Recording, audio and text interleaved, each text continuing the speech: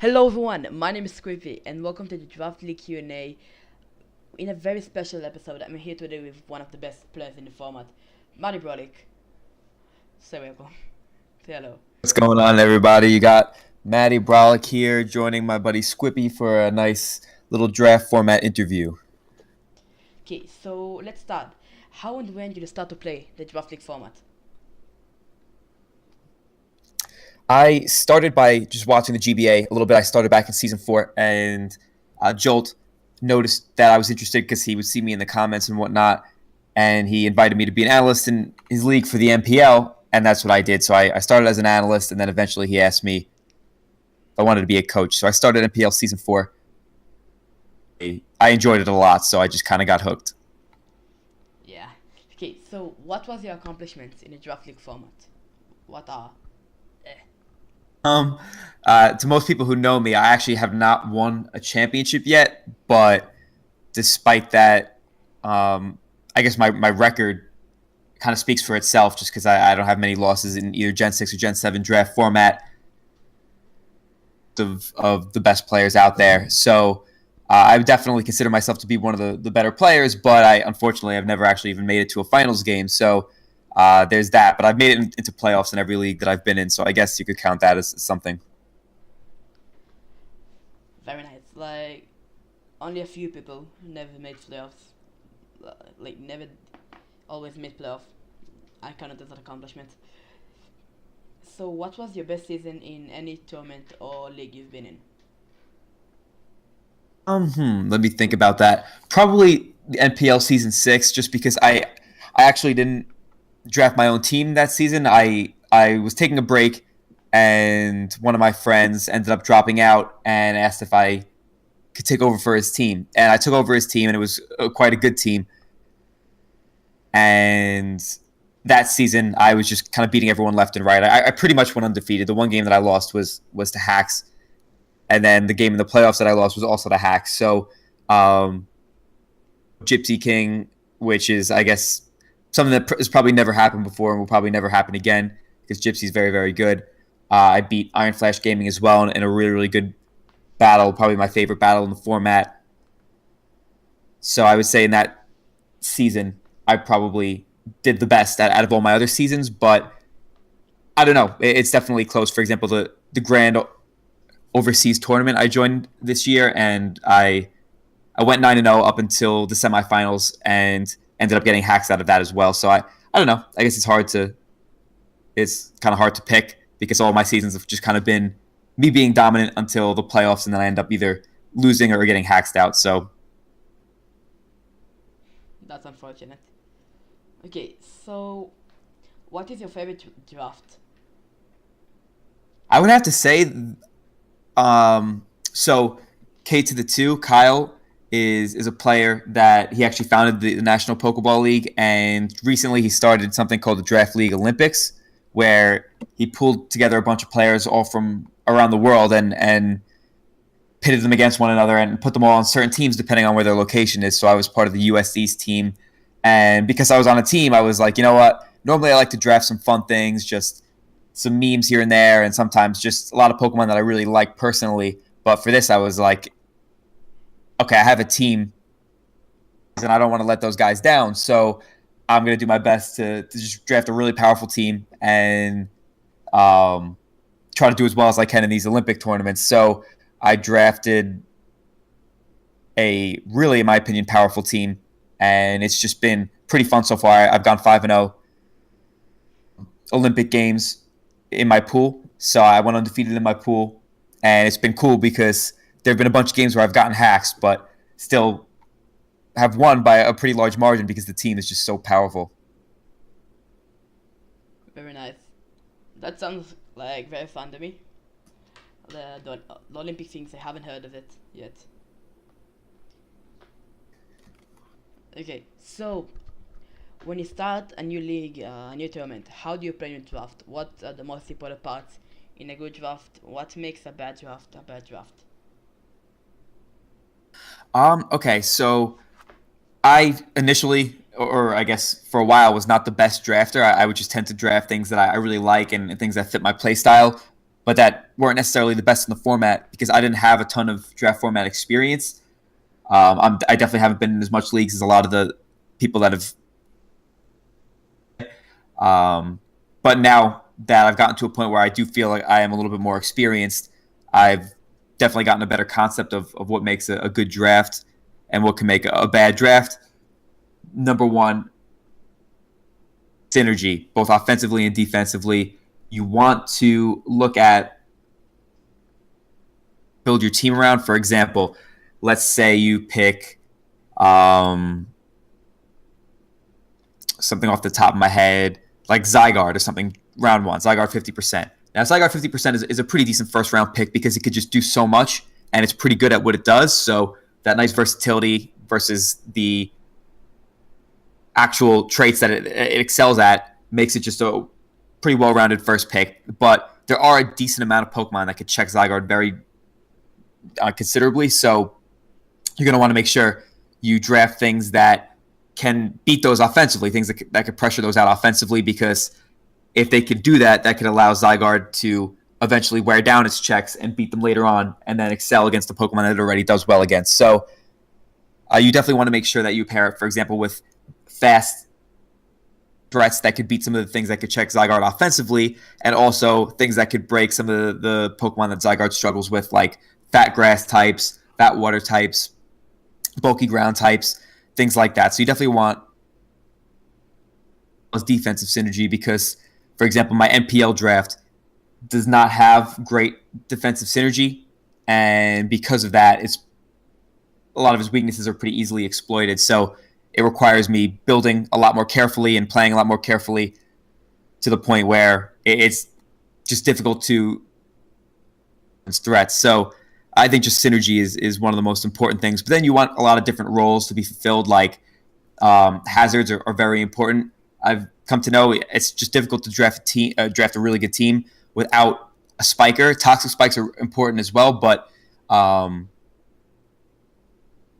a good ground and poison type, you could kind of neuter the effect of toxic spikes. So I definitely think spikes are a little bit more important, and you want to at least 2 really solid stealth rockers, but probably a little more because you don't want those Pokemon to always be limited within those roles. So just overall offensive and defensive synergy, you want a good balance. I prefer to play a little more offensively, so I like to have some pretty nice speed tiers. But even if you go a nice bulky offense, just make sure that you have at least some good amount of priority, or maybe a couple Trick Room mons here and there, things to give you some good speed control, because speed control I do believe is important. So those are just some of the things off the top of my head that are very important when it comes to drafting. Very nice. A lot of tips. Okay, so what is the most underrated Pokemon in a draft league format in your opinion? Okay. The most underrated Pokemon in the draft format, I would say right now at this very moment, it's Mega Gallade, because people are really starting to catch on to how good Mega Gallade is, but it did take a little while, and probably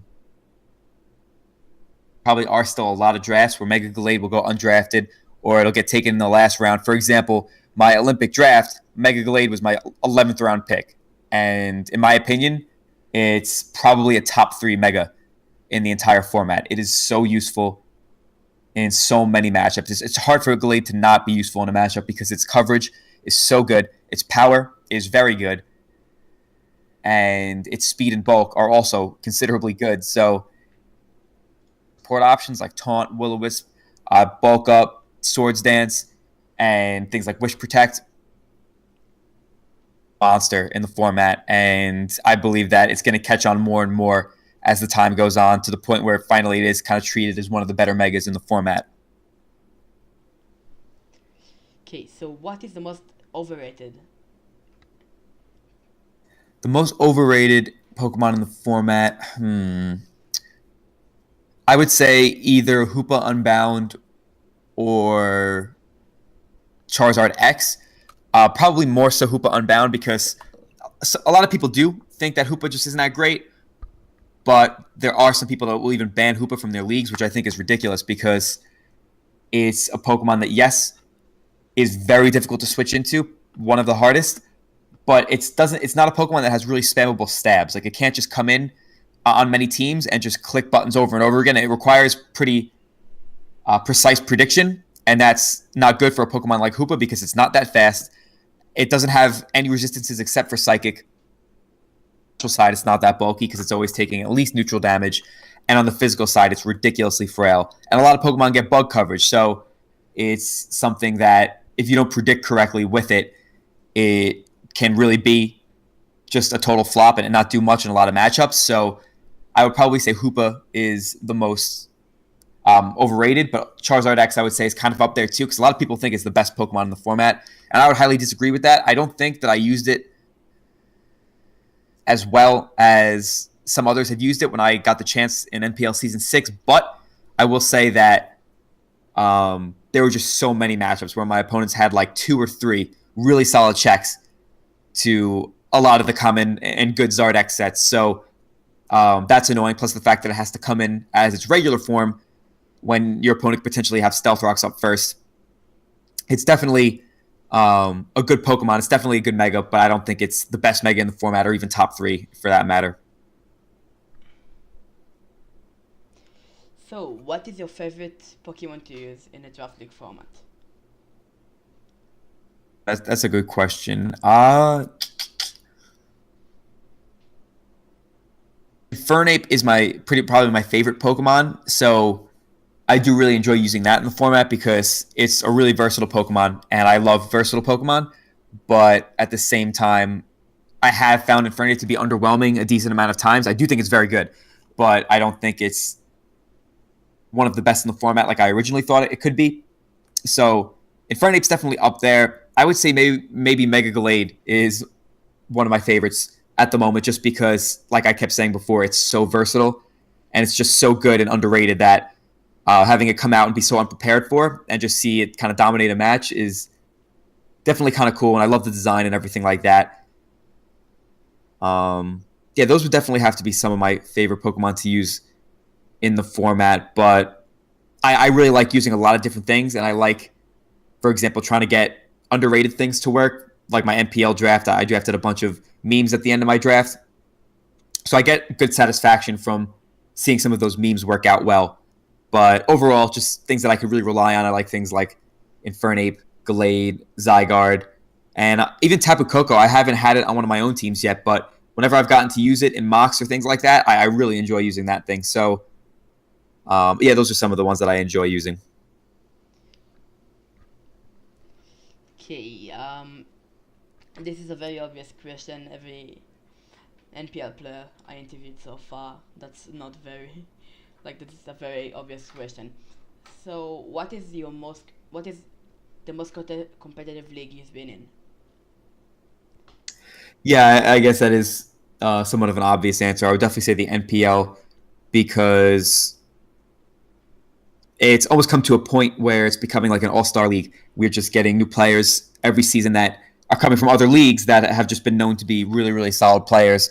And it's, like I said, becoming pretty close to an all-star league where almost every single game you're going against someone who is very well known in the format and very accomplished in the format. So it's definitely a difficult league to do well in. So that's probably why I am proud of my past seasons in the NPL, because I've always done so. Difficult league I've played in for sure. Okay. What is your proudest accomplishment?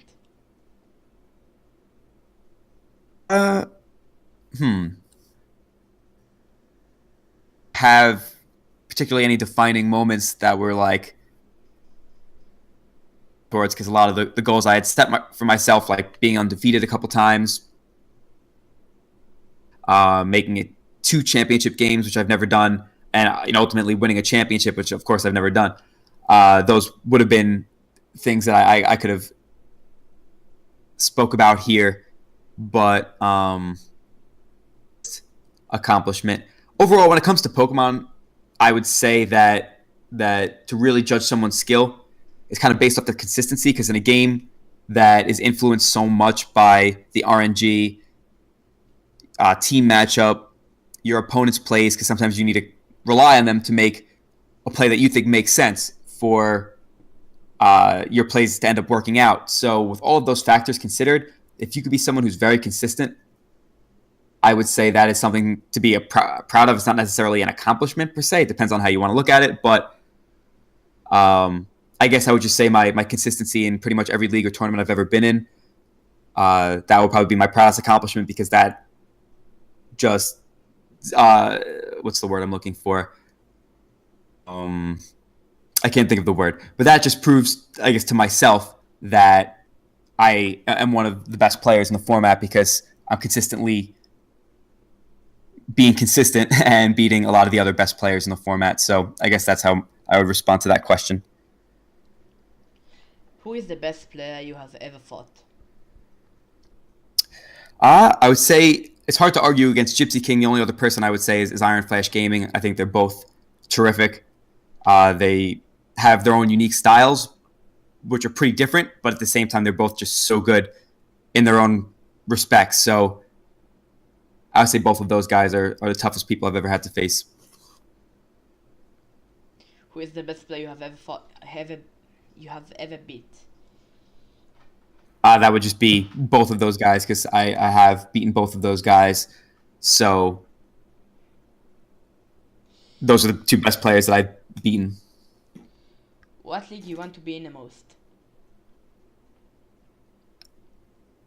The NPL has always held a special place in my heart, but I've been there for a little while now, and I'm just kind of getting somewhat sick of competitive Pokemon. So I don't know how much longer I want to keep playing consistently in the NPL. But when I first started watching the draft format, like I mentioned earlier, it was the GBA. So I've been an analyst in the GBA for 2 seasons now, and if I got the chance to play in the GBA, I would definitely take it, because that was my initial goal. I don't know how many seasons I would want to stay there for, just because, like I said, I'm getting kind of sick of competitive Pokemon. But it was definitely a dream of mine when I first started watching the GBA to eventually be a part of it. So I would definitely love the opportunity to be a coach there. This next question, I'm gonna rephrase it. Do you think there's a player that's better than you? It's such a hard question to answer, because it really is based on opinion and answer to really just say, okay, this person is the best, hands down. I would say skill level and building, playing, all things like that. I would say when I'm at the top of my game, no, I don't think there's anyone better than myself. That's total bias. It may not be what a lot of other people would believe, but I personally would think so. If you look at just including a lot of my team matchups that I've had, a lot of my games against better opponents, I almost always win.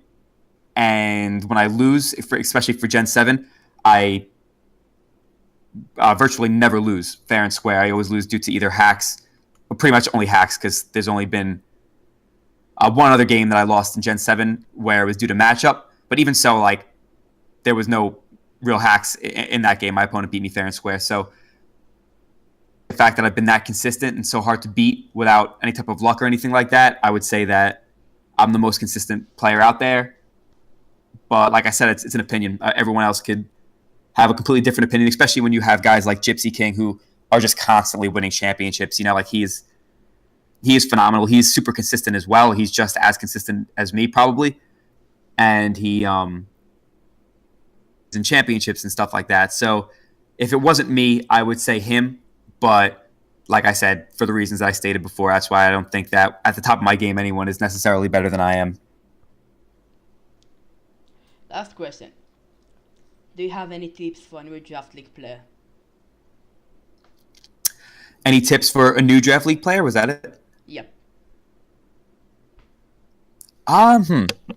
Yeah, I would have some tips for new draft league players. Number one would be try not to get into it too seriously, because once you get roped into a game like Pokemon, it could be dangerous, because like I mentioned before, Pokemon is a game with so many other factors that you can't control, mostly being hacks, but also things like team matchup and the way your opponent plays. So in a game like that, the better player does not always win. even when they play better than their opponent. And that's the annoying part, because it's not just like, yeah, every now and then people upset a better player. No, a lot of times the better player will play better and build better, but still end up losing because of those factors that I mentioned earlier. So I would say not to get too wrapped up in competitive Pokemon. That's number one. But if you're already kind of wrapped up and you don't see yourself quitting anytime soon, people that you think are better than yourself, watch people that are regarded as the better players, because you could definitely learn a lot from them. There's so many different players out there that are really skilled and have completely different styles. So you can go out there and